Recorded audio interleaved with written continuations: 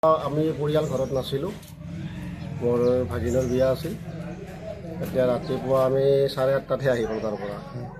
আহি চাওঁ মোৰ গেটটো তালা মাৰাই আছে, কিন্তু ঘৰৰ যিখন দৰ্জাত তালা মাৰি থৈ গৈছিলোঁ সেই তালাটো মানে ভাঙা দেখি আমি আচৰিত চোতালৰ পৰা এতিয়া দৰ্জা খোলা।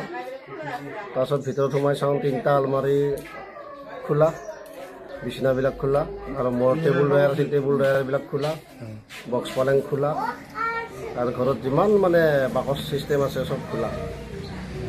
আৰু সোণা বুলি ক'লে মানে মোৰ বিয়াৰ আঙুঠি 2টা আছিল, আৰু কইনাৰ বিয়াৰ ছেট এটা আছিল, আৰু সেই কেঁচা সোণৰ ছেট 2টা নে 3টা আছিলে, আৰু মোৰ ছোৱালীজনীৰ সেই পাচা আছিলে, তেওঁৰ তুলনি বিয়াত উঠা সেই নিছে 2যোৰ, আৰু কাপোৰ নিছে। কাপোৰ কিমান নিছে চোৱা নাই, মানে ভাল ভাল কাপোৰ কিছুমান ব্যৱহাৰ নকৰা কাপোৰেই আছিলে, মানে তাইৰ তুলনি বিয়াত উঠা ব্যৱহাৰ নকৰা কাপোৰ কিছুমান আছিলে। কিমান মান টকাৰ সোণা? 2.5 লাখ টকামান হ'ব পাৰে।